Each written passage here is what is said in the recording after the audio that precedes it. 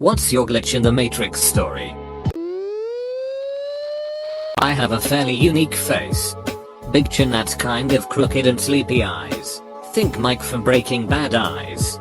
I also have blonde hair with streaks of white in it. In the 90s I grew it long.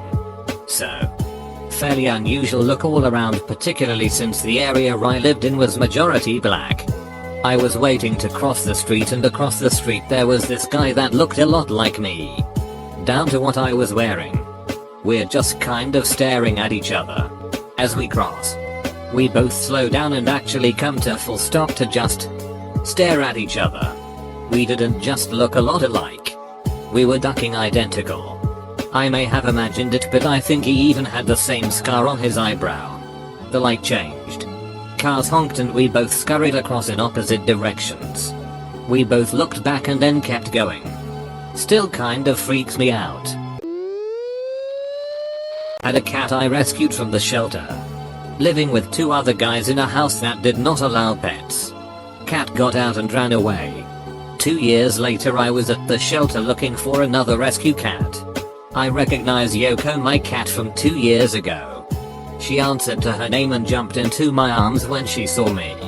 Rescued the same cat twice. Years ago. Some friends were staying at my house for a while. Anyway, I wake up one morning, make coffee and go to make toast. But the toaster isn't where it's always been. I figure one of the friends moved it, so I check the cabinets. Every single cabinet. Check the pantry. Even all of the appliances, the stove, microwave, refrigerator, dishwasher. Then checked everywhere a second time. Toaster has vanished. One of the friends comes downstairs. I ask if he's seen the toaster. He goes through the same routine. Checking everywhere. No toaster. His wife comes downstairs. Same routine. Still no toaster. We're all still in the kitchen, talking about how the freaking toaster just disappeared. I open the pantry to get something else.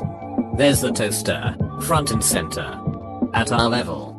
We had looked there at least 6 times.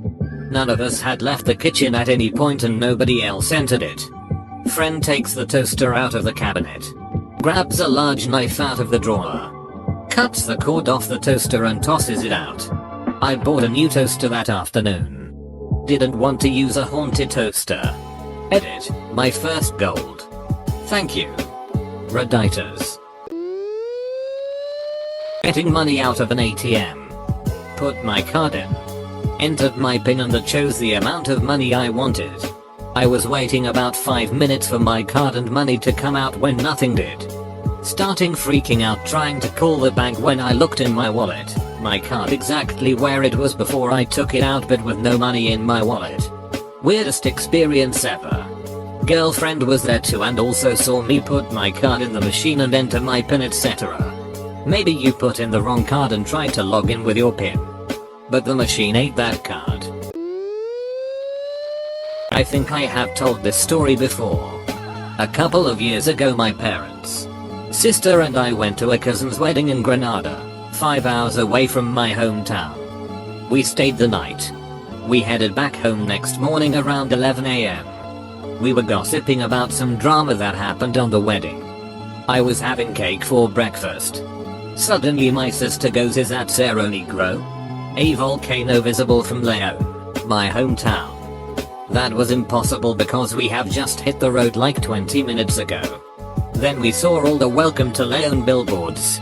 There is no way we drive for 5 hours without noticing. The drama was not that interesting and the cake wouldn't have lasted 5 hours in my hands untouched. Besides, between Leon and Granada there is the Lotlan Lake and Managua. Managua is the capital city, both extremely hard to miss. We double checked the clock and our cell phones. It was 11:20. TLDR, we were 5 hours away from our hometown and somehow we make it back home in about 20 minutes. Once upon a time I worked at a pizza shop and had to wash dishes at the end of the day. I was in the back, sweeping the floor, while a faucet poured water into a big, commercial 3-hole sink. This faucet was super duper loud. Someone came back to talk to me and I couldn't hear them over the roaring faucet. Without thinking about it consciously, from way across the room, I extended my hand and kind of made a squeezing motion, and the ducking faucet turned off. The guy trying to talk to me went pale and left the room. And it was never spoken of again. I still don't know what he wanted, and I've never been able to reproduce this moment of telekinesis or whatever it was. An older woman at a grocery store left the lights on her car and the battery died. I saw her trying to get it started. I went over and asked her if she needed help. She said she wasn't sure what was wrong. I looked and said the battery was dead, but I have cables and can help her. I gave the car a jump and she was good to go. She thanked me and left. I went into the store and came back out, and there was another older woman in the same make, model and color of her car parked a row over with a car that wouldn't start. I was sure it was her and walked over and asked what happened now. The woman looks at me confused and said, "We've never met before." It was a different woman. I thought I was going insane. Her issue was with the starter. Rocked the car a bit and it started. Things appear. I'll pass an area 1,000 times and then one day there's something that's always been there. I don't believe.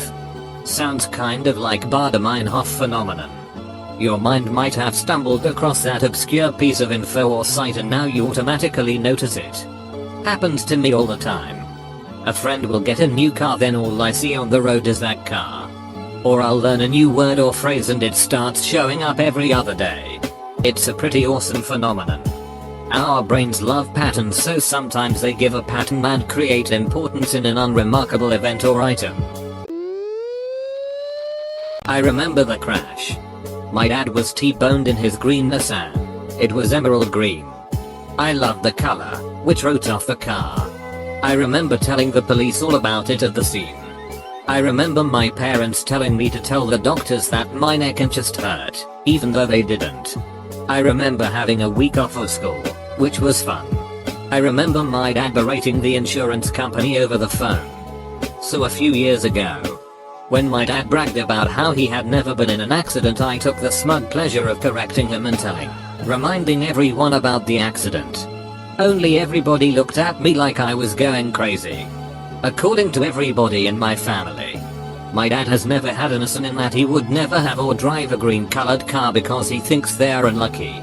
I've pushed it, insisted it, told my family everything I remember, and they all say exactly the same thing as above. Walked into a convenience store and was greeted by a worker with a "Hi, how ya doing?" I replied fine, went to the soda aisle and was greeted by the same women, "Hi, how ya doing?" Me being a little weirded out how this woman could have ran around the aisle to beat me there. Grab my soda and head to the checkout, and the lady is behind the ducking counter. I was very high and this was freaking me out. Then her sister came behind the counter. They were twins working in the store and I'm laughing the whole time I'm checking out. Fiancé and I moved to a new apartment in January. After we unpacked the kitchen stuff, I realized I couldn't find one of the pot lids.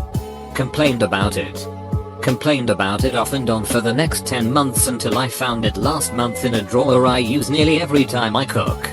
It was maddening. Not my story, but my dad's. He was fishing with some friends, and when they came back to where the car was parked, discovered that someone had came and stolen gas from the cars parked there. My dad and his friends walked into town to get gas. They came back to the car, filled up, and left. A few days later my dad drove by where the gas station was.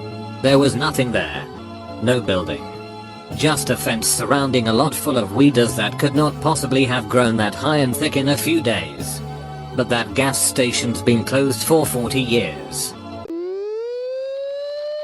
I was walking down a semi-crowded sidewalk. A good amount of people, but not too many. You know? Anyways.